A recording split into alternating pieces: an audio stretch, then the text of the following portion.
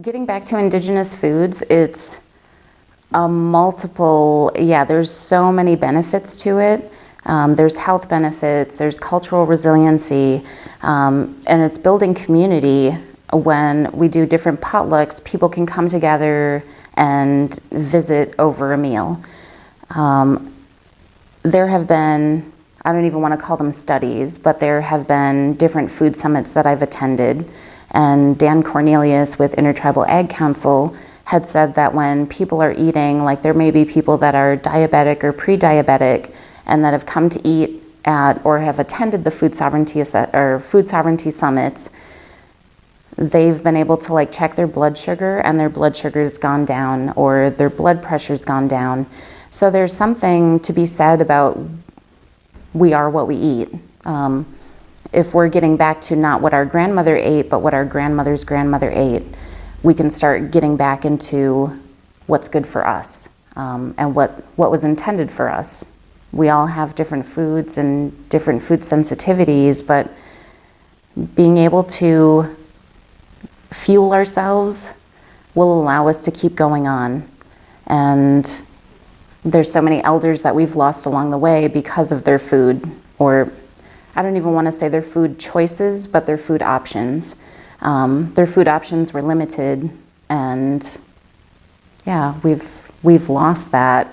But when we do remember where our food comes from and what we're eating and how it's processed, we can all share that together and focus on building our culture back, bringing different ceremonies back, because we don't have to worry about all the health stuff on the sidelines. It's definitely a part of everybody's job. We all live on Earth, so we're not only part of the problem, but we're also part of the solution.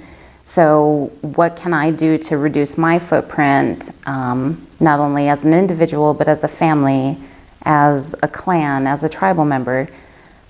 I think we've gotten so far back where people think that it's all on the individual. One person has to come up with a solution, and that's not true. In my experience, we had somebody from each department because we all came to the table with different skills. And we also came with different perspectives, but also different life experiences. And I think if we all came back around the table again, we come up with some really good things or really good solutions, maybe not for ourselves, but we need to remember that everything we do today doesn't affect us, it affects our future generations. And getting back to that, if we're focused on them, we're probably going to come up with some really good things, and really be able to move forward and preserve our culture and be resilient in these changing times.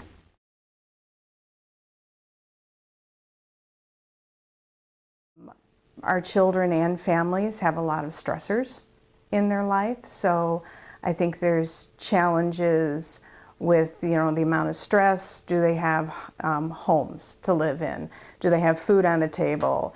Do they have a job? What's money like? So there's a lot of things that build into stress in their life, and Head Start tries to address these programs because it's a holistic program. It's through Health and Human Services, so it's not just the education of the children, but family services. Is the family taken care of? Because if the family's in a good spot, then the kiddo's in a good spot.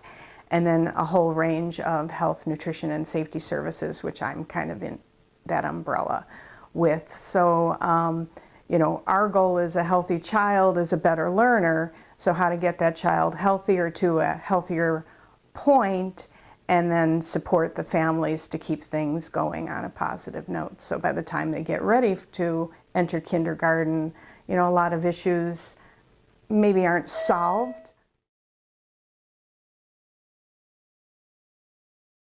I think the biggest challenge we face with the health needs in the future, I don't see them to be a whole lot different than what they are today. I do envision that with the critical mass that we have now of people that are motivated to change and improve lifestyles, that this continues to grow, and we have more focus on wellness and health rather than dealing with this illness-based model. So I see that to be more of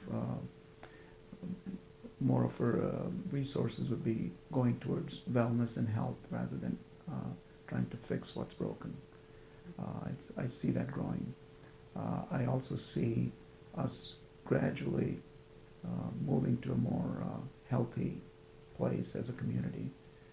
Community's got several issues that Debbie alluded to previously in terms of intergenerational trauma, which reflects in poor choices with healthcare choices that folks make, or lifestyle choices, including addictions and other social issues that we deal with.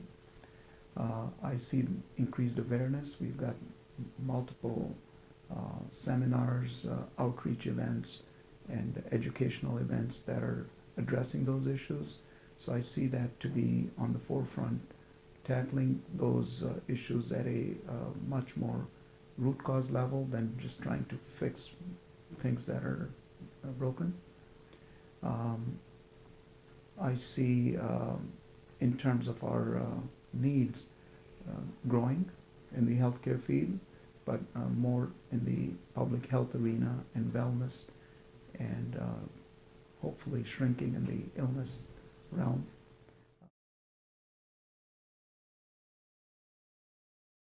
So there are many tribal clinics that offer traditional healing services within their four walls, which is wonderful. And there are other examples of sort of external support of people, so like really extending that care that's given in the healthcare setting to people's homes, and that's been very successful.